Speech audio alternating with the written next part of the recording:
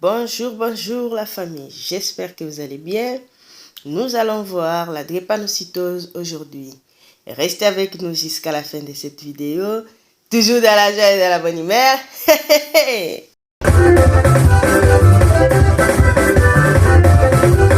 Alors, c'est quoi la drépanocytose? La drépanocytose, c'est une maladie génétique, c'est-à-dire ça se transmet juste par les parents. Ok, on les prend à la naissance, c'est pas contagieux, rien de tout ça. Alors, c'est une pathologie qui affecte l'hémoglobine, les globules rouges. Elle est dépistée systématiquement en France, malheureusement pas ailleurs. En France, depuis l'an 2000, c'est dépisté systématiquement chez les nouveaux bébés. Ce qui fait que, vu qu'ils ont une déformation de l'hémoglobine ou des globules rouges, ce qui leur facilite d'attraper certaines infections bactériennes qui peuvent être sévères, et ils ont l'anémie et ils ont des crises douloureuses. Comment on a ça à la naissance? C'est tout simplement si votre papa est AS, votre maman AS, s'ils ont 4 enfants, ils auront une chance que dans les 4 enfants qu'ils puissent avoir un enfant SS.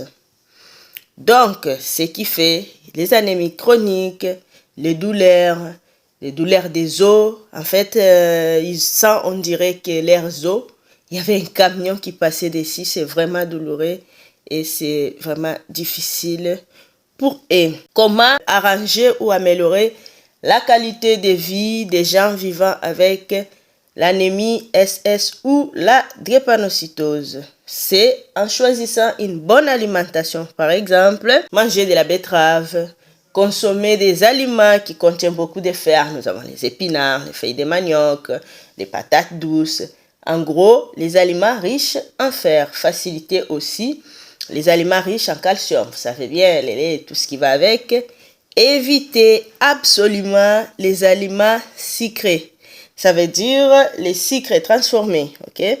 Mais que vous puissiez boire un petit jus de canne à sucre, il n'y a pas de souci. Parce que les sucres favorisent les crises vaso-occlusives. Comment on peut prévenir la drépanocytose? C'est tout simplement en faisant les examens prénuptiaux. Jamais je vous dirais de ne pas vous marier si vous êtes des porteurs SAS. Non, c'est vraiment pas de mon niveau de vous dire ça. Mais en tout cas, si vous voulez avoir d'enfants, pensez-y. Parce qu'avoir un enfant malade, c'est pas rien pour votre porte-monnaie, c'est pas rien pour votre mental aussi. Mais cela ne veut pas dire que pour ceux qui ne savaient pas qu'ils ont des enfants malades, il faut faire je sais pas quoi. On vit avec et on améliore l'état de la vie de nos enfants ou de nos familles. Voilà. Alors, pendant les périodes de chaleur, il faut beaucoup boire. Il faut éviter la déshydratation et prioriser les repos. Vous savez, surtout les enfants qui ont l'anémie de drépanocytose, ils sont souvent fatigués. Donc, les laisser tranquilles, se reposer facilement, ça va leur aider à se sentir mieux dans leur corps et dans leur esprit. Oui, vous vous demandez s'il n'existe pas de traitements de nos jours. Alors, les traitements qui guérissent définitivement l'anémie de drépanocytose, à peu près, je dirais oui et non, parce que les traitements qui peuvent vraiment aider, c'est la greffe de la moelle osseuse. Mais alors, la liste d'attente, elle est longue, plus longue que les bras. Alors, il existe l'hérathérapie, mais bon, bref, les médicaments contre la douleur pour éviter les crises. Prévenir l'anémie, parce que moins on a l'anémie, mieux on se porte. Tout ça, nous allons faire ça pour éviter de longues complications. Alors, c'est quoi les complications? Les complications de la drépanocytose, c'est l'anémie, les retards de croissance pour les enfants, une grande sensibilité aux infections, ce qui veut dire en fait une infection qu'une personne d'autre va supporter mieux, ça peut être grave pour eux, des AVC, des nécroses de certains organes du corps et une insuffisance rénale. Si vous vous demandez encore comment savoir, en gros, souvent, un enfant qui fait souvent des anémies, il faut peut-être se demander si par hasard c'est pas l'anémie SS et aller faire l'électrophorèse pour savoir C'est trop simple. Et puis, si vous avez des gens dans la famille qui ont aussi l'anémie SS, donc ce qui est probable qu'un des parents puisse être AS, donc ça coûte rien d'aller faire examiner mieux ces découvertes, mieux ces prises en charge pour éviter des complications. On va éviter d'en arriver là. Ok?